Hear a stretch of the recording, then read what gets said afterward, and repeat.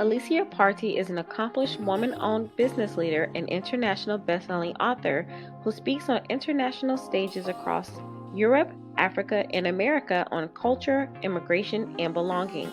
As an executive who has worked across a variety of Fortune 500 companies and startup organizations, Miss Alicia found herself living abroad in Norway with her husband. This is where she utilized an integrated blend of consulting, coaching, and training to create a sustainable transformation in her own life. Miss Alicia was former president of the #1 professional women's network in Norway. Miss Alicia advanced the balanced leadership agenda with her work in diversity, equity, inclusion, and belonging. Miss Alicia is a licensed marriage, family therapist, and transformational coach who has helped thousands of professionals and families living abroad, moving abroad, and vacationing abroad find their place and thrive. Miss Alicia's success and experience abroad is how her book Authentigrate was born. Authentigrate aims to help you live unapologetically you while connecting to a new culture and thriving in a new country. Let's welcome Alicia Partee. All right, hi everyone. Thank you so much for joining me today. I am Dr. Vernita Glenn-White, your brilliant solutionist and executive coach consultant for high achieving, highly ambitious, and the elite women and a few good men. So thank you so much for joining us. I want to just jump right in. We're going to continue this series, and we are talking to Pastor Alicia Partee. Oh my God. I love her name. We were just having a conversation. Like, I've known Alicia in this space for going on like 9 months, right? Yes. And I kid you all not, just like a few days ago, I just realized her last name was Party. Like, we're about to have a party. So we're gonna have a party. Yes. And we're gonna bring that party here to this conversation. So Pastor Alicia, tell us a little bit about yourself before we jump right in. We've already heard your great bio, but what is something that, maybe we've missed in there about you? Absolutely. Although everything in my bio is absolutely true, what people don't know is that in 2013, when I followed my husband abroad, he took a job in Norway and I followed him. What you didn't see or what you didn't know is that I lost my sense of belonging. I remember one morning when I woke up. And yes, Norway is dark and cold in the winter, but this particular morning, the cold had a feeling. It was heavy, and the darkness felt like it was so much closer. And I remember having a hard time even getting out of the bed. It was so heavy. And I drug myself like it was like my legs were cement as I was just trying to make it to the restroom just to wash my face and see if I can come out of this darkness. And I look up in the mirror and I'm like, who are you? I had done everything. Here I am, over 40, saying my ABCs in a new language, and yeah, and just trying to figure out how to fit in when I was told that you can't be everything you were in America. You have to pick something here that we can relate to, and not being able to find a job, not even find a job, be interviewed at a Norwegian company. And I remember saying, God, is this it? Is this all you have for me? I'm just going to be that trailing spouse, that person that follows her husband and not have her own place. And it was when I was looking in the mirror that I decided, you know what? Instead of me being a victim of change, I'm going to study change. I'm going to figure out what I can do to find my place of belonging. And I dust myself off. And guess what? It was already inside of me. See, I was a trailblazer at home. So I had to go back and I had to revisit who I was, my experiences, my talents, abilities, and strength, my personality. And I had to make a decision that day that I was going to show up in all my brilliance. And either they were going to take me or they were going to leave me. And that's why I'm here today. And that's how Authentigrate was born. It's like, how can I be authentically me while living in another country and leveraging all of who I am and all my brilliance? And that's a little bit of who I am and how I got to this point on this campus with you. Well, I love it. And for all of you that are listening, you've heard several of my guests say campus. So when we talk about campus, if you're new, if this is your first time listening, we are part of a community. We have the same, I guess, personal development speaker development coach. And since she has courses and programs, just like a university, we're on a virtual campus together. So just in case you're wondering, like, I didn't hear a school, that's what we mean when you hear Mhm. campus. Well, thank you for that beautiful introduction, because that leads into what I wanted to talk about. My tagline is embrace your brilliance and expand your life.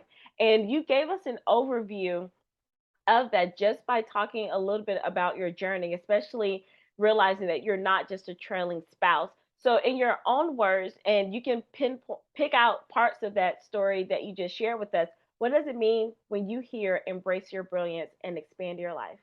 Yeah, that is so significant to me, which is why I was really excited to participate in this because a lot of times we dim our light or we dumb ourselves down, if I can say it another way, Mm-hmm. to fit into and to make ourselves palatable for other people, right? Especially because I've had over 20 years experience in the tech world, leading teams and network security and things like that. I transitioned into mental health, which you think is opposite, but it actually is. That's when they started evidence-based practices. So it's measurable. I love it. And then, in this journey, I go to theology school, and that's a whole different story. And I become a pastor. And actually, even as a therapist, I was one of the first people to attend a school that was integrating mental health and theology or Oh, faith. wow. Yeah. So what it means to me about just embracing your brilliance is I can say I'm all that. I don't have to just be one because you're comfortable. How can you be a pastor and work in tech? How could you do all these things? You know what? That's how I got to where I am today. It was a stepping stone, and all those parts of me are important, and they all need to be leveraged for me to walk in my brilliance and for me to serve the people that I'm purposed to serve. So it means shining even when you're uncomfortable. Wow. I've heard three different career paths just from that. And that leads to us talking about this next part. So, if you can think about I heard three different career paths. It could be more. There's a line of continuity or something, that a through line through all of those. And Yes. I see brilliance in two ways: learned brilliance and born brilliance. And I'll just give you my definition. So learned brilliance are the things we've gone to school for, got degrees in, certifications in. And the born brilliance is our natural gifts. I say downloaded from heaven, gifts Love from it. God that are inside. So, in my opinion, a lot of us focus on our learned brilliance, and it could have been a little bit of born, but someone was like, you're good at that. So go to school for that. And then the learned brilliance is what takes over.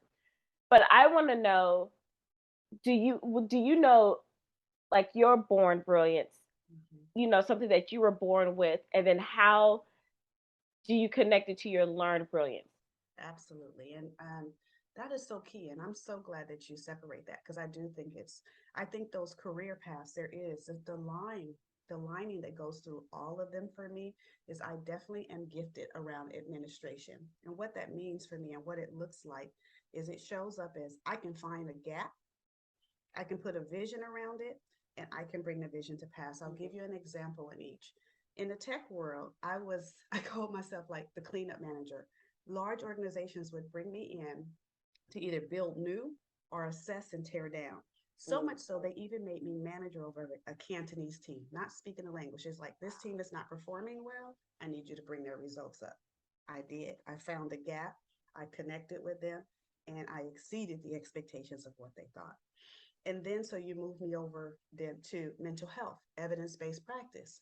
I can find gaps. And why aren't you performing at your best mentally? What's the gap and how can we plan to get over that gap? Take it over to the church. Oh, your life is off course. Let me help you find a gap. And God has a plan for you to live your best life. Mm-hmm. And that is a gift that God has given me. My first job, even as pastor, I love being, at one point, even though God has pushed me out, I love being second. Because as a second, I'm like, you can go out front, I'll do the research. You give me the vision you want, I'll put the steps in place and we can measure it and tell us, you will know that it's effective. And I did Mm-hmm. that well. But I've always been that behind. And I think now the shift is no, you got to come up because people need to know this and you need to help them. So the career was the pathway to use my brilliance for good. Wow, I love that. And I don't think I've ever heard anyone articulate the gift of administration like that, and then to be able to give those three examples. I lead with the gift of teaching, and I know Yeah. I have a gift of administration, but because I have not been able to articulate it like Hmm. that, I don't say anything, even though I have degrees in leadership. But I was like, oh, I don't know. But I love the way you said that, so I am not going to use that Yeah. for myself, finding the gaps, and Yes. I I love want that. to say Hmm. one thing TD Jake said.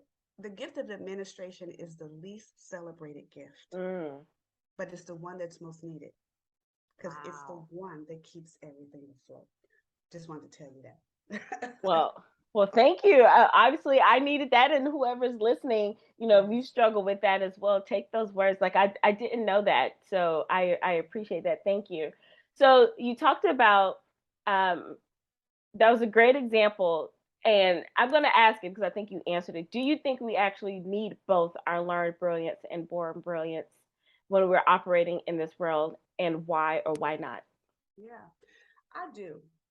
Because of my faith, and it doesn't matter what you believe, whatever your faith is yours. But because of Mm-hmm. my faith, I believe it's my some of my learned things that the learned skills that I have are great, right? I've taken leadership courses, all the things that I've learned, my education so to become a therapist and things like that.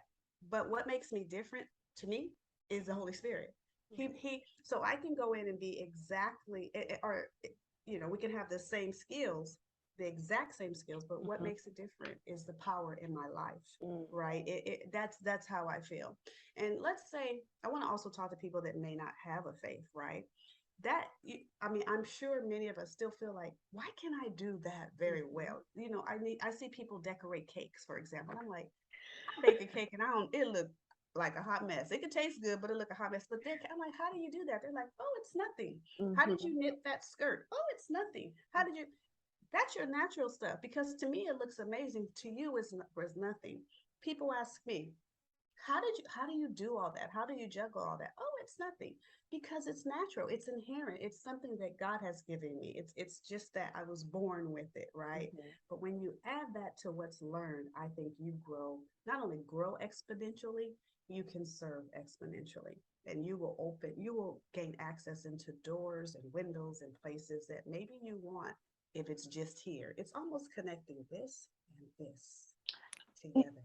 That is, you know what? That is actually very true. I love that. I do talk about head and heart connection, but in a different realm. But I Mm-hmm. think I'm going to start using that as it relates to your learned brilliance and born brilliance because Mm-hmm. that's exactly what it is. So thank you for Mm-hmm. that.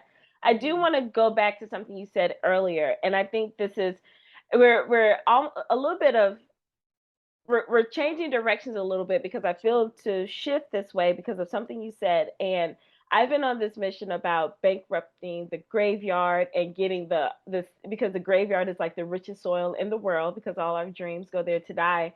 And then I Yes. also said the second most wealthiest land in the world is colleges and universities because brilliant Yes. minds go there, but we're not getting a lot of return on our investment. And I'm not Yes. saying even financially. It's like we go here with all of this learned stuff, and then Yeah. a lot of us come out of school and we do a little bit. Then all of a sudden it's like, well, what else?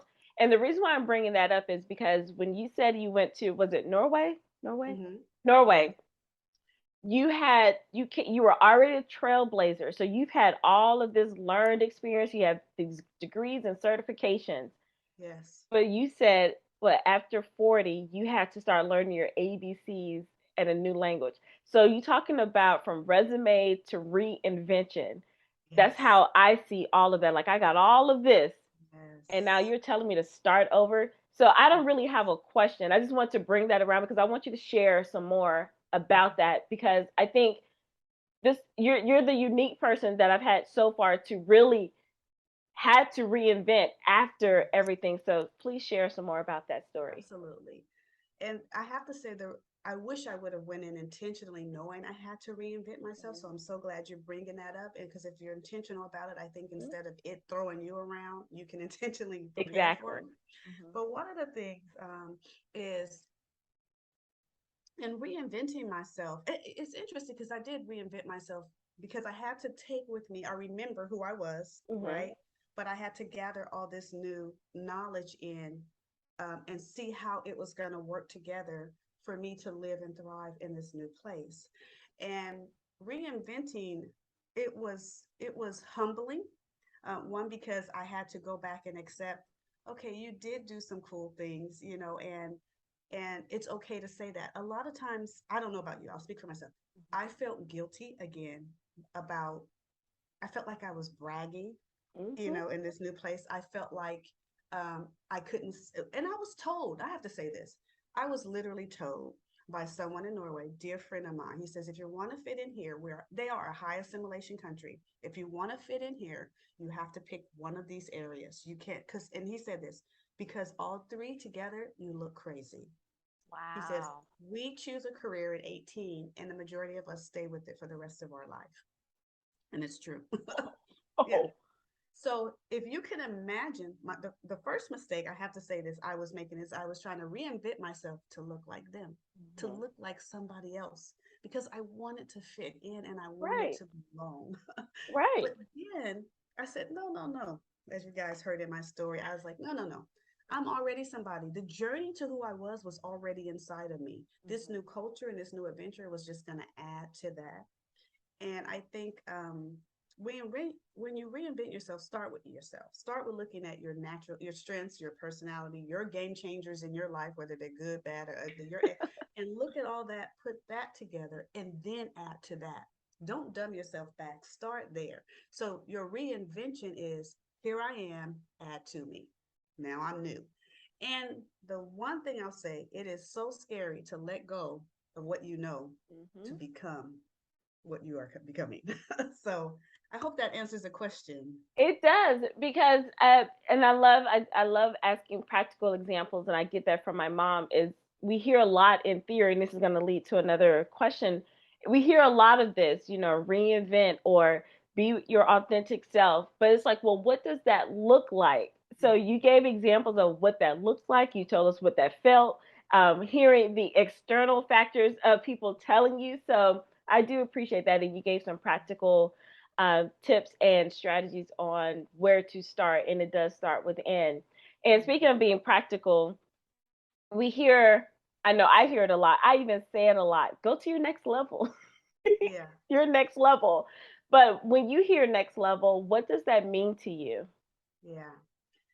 So it's interesting because one of the mind shifts I had to make to understand or create meaning for going to the next level for myself was getting over the fact that I have to tie this together. So being the least gift of administration, being the least celebrated gift in a church, right? To feeling guilty about shining, right? Because even in the church, I was made to feel less spiritual because of the gift of administration, right? Because Hmm. administering sometimes doesn't feel so spiritual, but it is. But people don't see it that way. I was highly functioning. This is what they said. You can bring any project to pass. Well, I had to improve myself. He said you can implement any project and bring it to pass, but you leave collateral damage because I was doing it. People would be dead right at the end. They'd be like, "Oh, girl, you work so fast." So okay, so just, ooh, I'm dead, But so I started to have this guilt, and I was afraid that I didn't know what next level meant. And so, in reinventing yourself and understanding how you're wired, understanding, oh, I got another example, but let me go here. Then to go to the next level, you have to gird all of that up, right? Understanding the things that are happening now and how do you integrate that and then move in that. Just take one Mm. step, right? Just one step. And then as you're taking in new information, you're always becoming as you take it in, experience it, allow your own transformation to happen first, and then move into that. Don't go too fast, don't go too slow, go with the flow. You know what I mean? But it because we're always learning. So next level, the way, if I because I like to measure things, the way I would measure it is that honestly at the beginning of the year I would write down everything I wish. Oh, I do. I have one. I would write down everything I want to do. This is crazy that I have this right here because I usually don't, but I have to show you guys. I This is every year.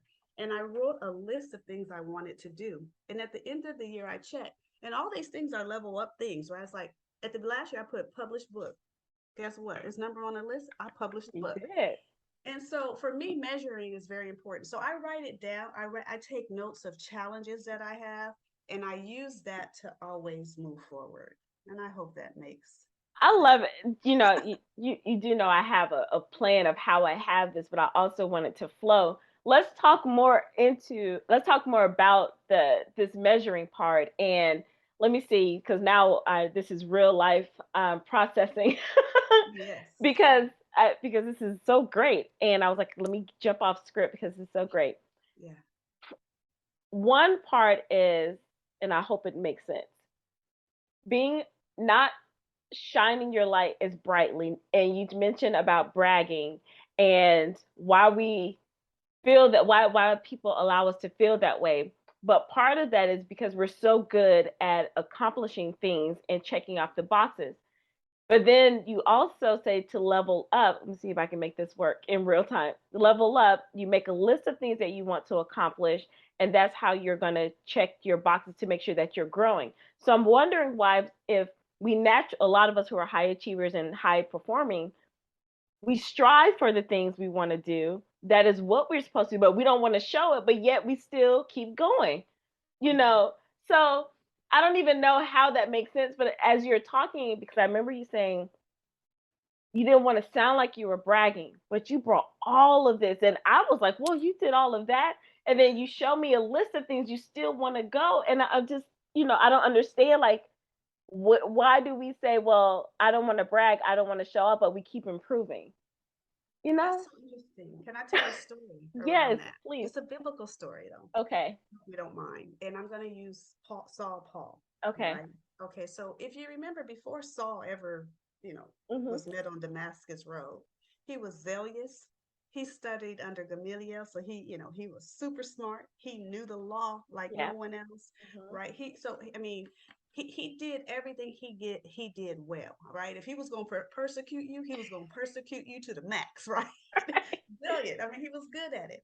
And isn't it interesting that though he had an encounter with God, name change and all that, and start serving God, that his inside, he never changed. He was still Mm. zealous. He still went What? after everything with all his heart, Yeah. but he just did it for God. So God didn't change his personality. He actually used and leveraged every one of the experiences that he had. Everything that Paul was important for him to be who he was on for God. And I think we can't help but be ourselves. Mm. That's the thing. We can't help it. So why we're not going to stop because it is us. What happens is that when when we're going along our journey and that person says, "You can't do that. You're not smart enough. You're not the right color. You're not." So now we're fighting against those things. But if we didn't have those things, we would always be moving towards that because it's Hmm. always who we are. This is a real pondering moment. And this is all staying in. So if you're listening, I'm thinking, if you can't see my face, that is I don't think I've connected the story of Paul Saul that way. It's like regardless, so we can have all of this, and no matter all of the junk that people put on us because of who we are inside, we're gonna strive. Now we may have some head trash to deal with, but we're just gonna strive regardless. So if we Yes. understand that, that goes back to when you said being intentional about your reinvention. Yes. If you go in understanding that you're a high achiever anyway, something naturally is going to always pull you. But if you know that there are going to be people who are going to try to stop you, if you know that going in, you're going to keep striving. I'm going to have to sit with that some more. That is brilliant. Well, thank Yeah. you, You're Pastor welcome. Alicia. I love Yeah. it. Thank you. Yes. Oh my god, no one has stumped me like that for Yeah. a minute. So I love that. Okay. So we're shifting gears, and you're talking about all of the great things that you've done. I know that you came to the table with a lot. I only knew about the pastoral part and Yeah. the therapist part. Had no idea about the tech space. I'm pretty sure you mentioned it, but it wasn't like something you Yeah. always talked about. And you have a solid life. And I want to know, with all the things that you came with, why did you feel the need to get with a coach? I love that. And I'm going to be very transparent with you all. When I came to the camp, when I came to the first event where I learned about our coach, I I came and I signed up for the program or to be on the campus because I thought as a therapist, oh, I'm going to learn another methodology. I'll just check it off and use it when I go. Mm-hmm. Lo and behold, transformation started with me.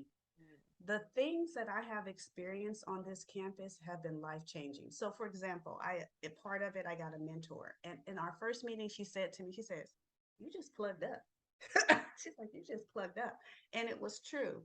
I found out that having a coach allows me to deal with things that prevent me from walking in my brilliance, that slow me down from intentionally going to the next level.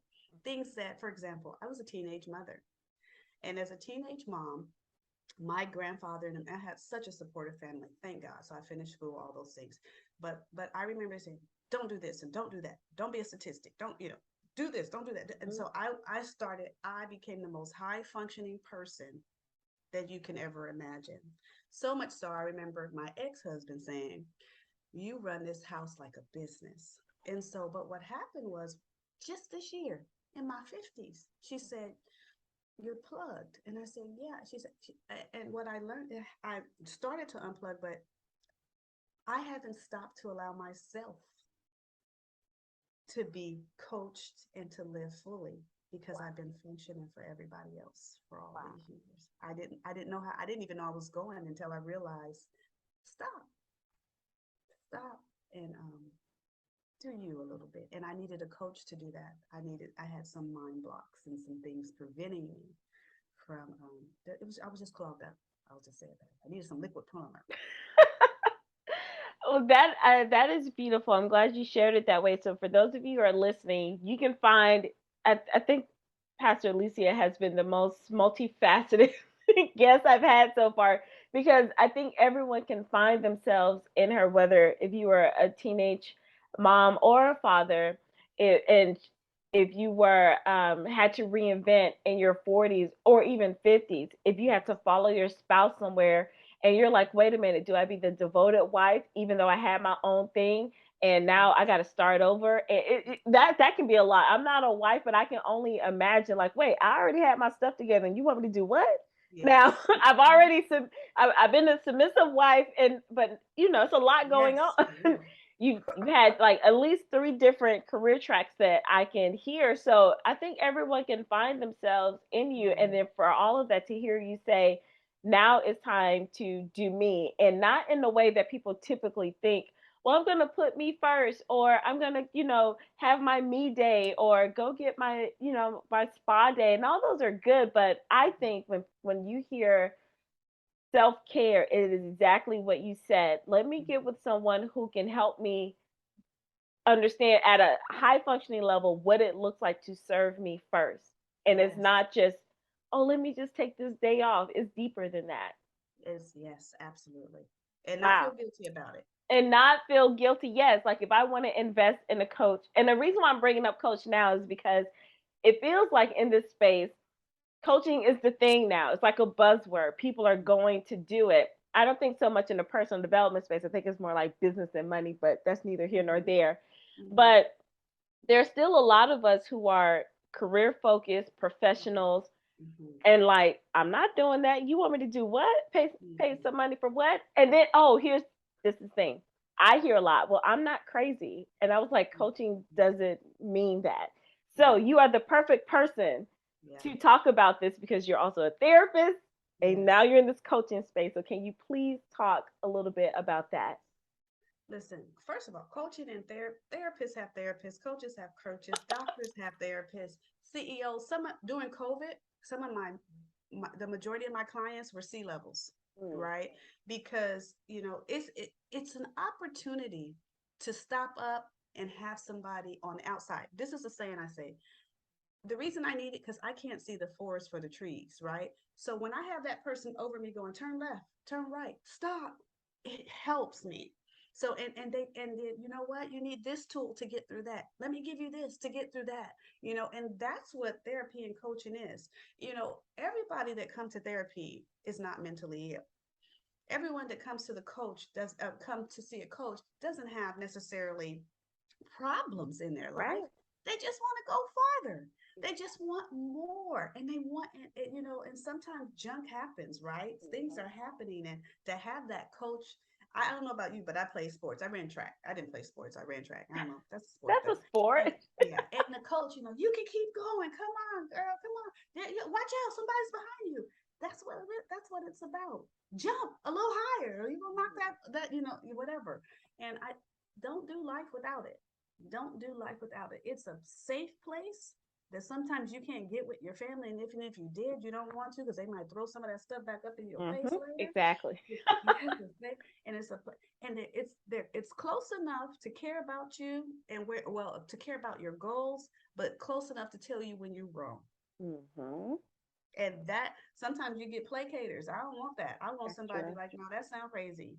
You need to do this, right? Oh no, you like my club mentor. You plugged up. That's Hmm. all I hear. That's not. I can't even understand who you are because you got so much blocking. You need a Wow. coach or you need a therapist. And it's in sometimes many when I was just doing therapy and not a Hmm. coach, I would, as a therapist, I would say, you need a coach too. And we would work hand in hand. I Oh, could help you wow. with your anxiety, decrease some of how to deal with the anxiety and decrease some of the symptoms while achieving your goals professionally. I would grab a coaching because as a therapist, we really don't work in that realm. And Okay. even if I was your therapist, if I'm your therapist, I'm going to be a therapist. If I'm your coach, I'm going to be a coach. So I partner with the others so that you can get the full gamut that you're taking care of yourself, taking care of yourself. Wow, I love that. See, there's another example because all of my examples are education related and how I look at it as tutoring. I didn't like tutoring because I didn't like to tutor people because people had a misunderstanding of what tutoring was.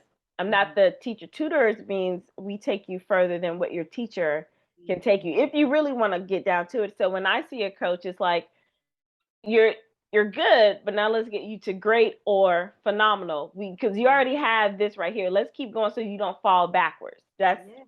because I Yes. remember seeing all of these successful people out in the world, and it's like, well, what are they doing? Like we got similar degrees, similar backgrounds.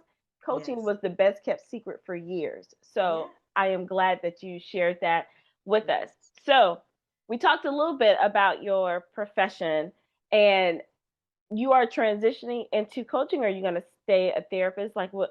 So I'm I gonna can, do both. you're going I'm to do gonna do both? both. Yeah. I'm Okay. gonna do both. So can you talk about like now this is like for you, your business, highlight you, your brilliance. Oh, yeah. What do you offer and what makes you the person to like, yes, I am the go-to person for this? Absolutely. So, if but as a result of working with me, you will have clarity on how you will, I'm going to use your word, reinvent yourself in new cultures, in new countries. Mm. Yeah. You will be able to live your best life on your terms and find a way to thrive. And so I'm really looking for people that are ready to intentionally prepare for that move abroad, to live authentically, leveraging all of who you are, your brilliance, everything, your experiences, your talents, and your strengths while integrating into the new country, Authenticate, as well as living and thriving, no matter where you find yourself in the world. Wow. And Pastor Alicia is unique. One, you already heard her career record, and then she just has this unique blend of things in this life experience that I think is so valuable. And what if would you work with me if I don't want to move to a new country, but there's something that I'm drawn to you about? Like, would you still work with me? What Yeah, would that look like?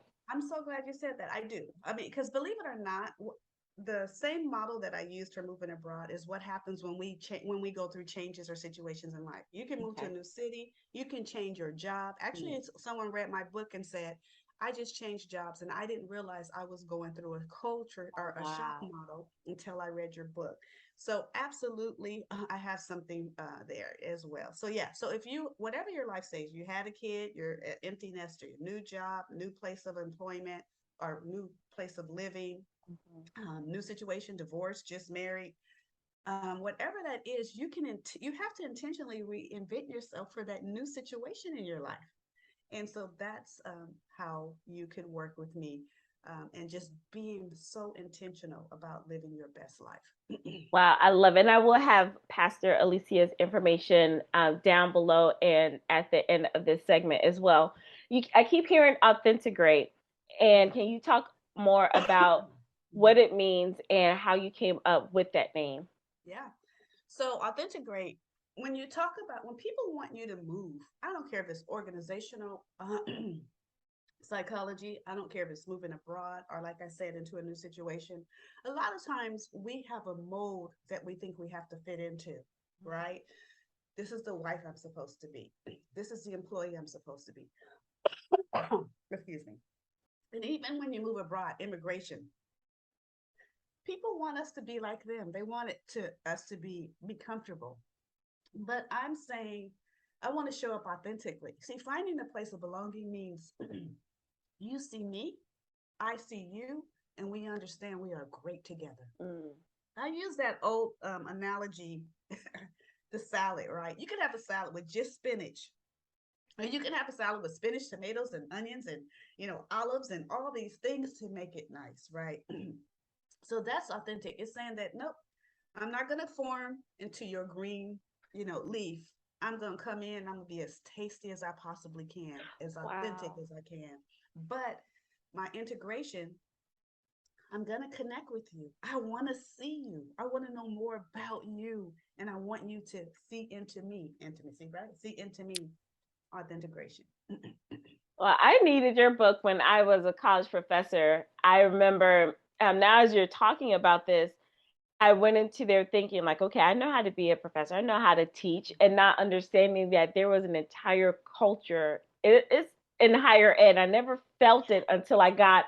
I mean, I went and I've been in higher ed pretty much all my life as learning and getting degrees, but to actually teach in a higher education institution, totally different. It is a culture within itself. And Yes. I thought, I was like, look, I just come up here, do what I do, and then I leave. Or I would Mhm. make some friends, work friends or whatever. But I remember when I had to realize, like, wait, something's not right with me. Like, I don't like who this person is. And I had to step back. And when I started stepping back, and it was like choosing me, my star player, I had this one lady come in, older lady. She had been there since before I was born. Mhm. And she said to me, we have a certain culture here. Now, don't get me wrong, I understood culture, but I didn't know like there is a subculture. Yes. Those are two different things. And when she said that to me, and I wish I would have had your book because then I went spiraling and trying to figure out life. I had no idea what that meant. And that hurt me to my core. And it sent me into like, well, what do you mean? And then it went into the I don't belong, all the negative stuff started popping up. And had I been intentional, Yes. knowing that this would happen, things Yes. would have been a lot better. So I'm glad you shared that experience. And if anybody else is wondering, how does this look? That's another way it can show up. So Absolutely. I love that. Authentigrate. Yes. Okay. So we talked about all of your brilliance and we talked about a different direction of resume to reinvention. I still look at it as skill, time, energy, ambition, and money. And when I reached out to you, I was like, I see you as leadership was a skill and your ambition, obviously. So we're going to do a rapid fire of some advice that you can give in those 5 areas for anyone who wants to embrace their brilliance, expand their life, reinvent themselves. So we're going to go in order. So rapid fire advice for skills. Never stop learning. Perfect. Is that what, am I doing this right? You are. You are. Okay. Okay. Perfect. Yeah. Never so and your skills never stop learning a skill. Never. Great. Now, I didn't do this with everyone else. Now, do you mean like a skill that they already know or never a new skill or what? It Just could be new or enhancement, but never stop learning because they always change wording, how you frame it. It always changes. It's the same. A lot of what we learn is the same, but it's reframed. So never stop. exactly. Mhm. Time. Ooh, you never get it back, but so put yourself first. Mm. Energy. Create good energy by keeping good, positive people around you. Love it. Ambition. Don't let people make you believe that having ambition is negative. It's part of who you are. Walk in it. Yes. Money. Money is a tool. Use it to get to where you need to go. And if you don't know how to use it, get somebody, a coach, to teach you how to use it. I love that. And I know it is a, like, all of those things together, I believe, is we need all of that too to reinvent ourselves, no matter what that looks like in our lives, and not just focusing on one area. So thank you for that advice. And final question, Yes. and you can say whatever you feel. Yeah. Do you believe that brilliance is a privilege? Why or why not? I, no, it's not a privilege. We all have brilliant. We are all brilliant. If we choose to shine it and make it brilliance, if I can say it that way, I don't even know if that works. But the bottom line is, it's not a privilege. You deserve to be. You are brilliant, and you deserve for your brilliance to be seen. But if you find yourself in a place and you don't feel like your brilliance is shining forth, then get a coach, get some people around you, because it's not a privilege. It's for everybody. It's for everybody. It's for you. Wow, I love it. Doesn't she have this nice, soothing voice that's perfect for a pastor, a therapist, and a coach? I love it. See, God did it. He put it together. He did. Well, thank you so much, Pastor Alicia, for this great party. Yeah. I know I'm so corny sometimes, but thank you so much for this. I personally have learned a lot from you. I love to hear your story, and so many things make sense about how you're showing up. And I just appreciate all of the wisdom that you brought to us today and having this conversation with us. So thank you from the bottom of my heart. Thank you for all of you who are listening. If you have any questions, comments, or concerns, please drop them down below. And then if I can answer them, I will reach back out to Pastor Alicia, but you will also have her contact information. And I do highly, highly suggest that you connect with her. I've been very strategic about the people that I've invited to come here. So just know if I'm talking to them, then I really stand behind the work that they do. So thank you so much for listening and learning with us. And remember, as you go on to finish your day, remember to be well, be empowered, be bold, and be brilliant. Until next time, bye.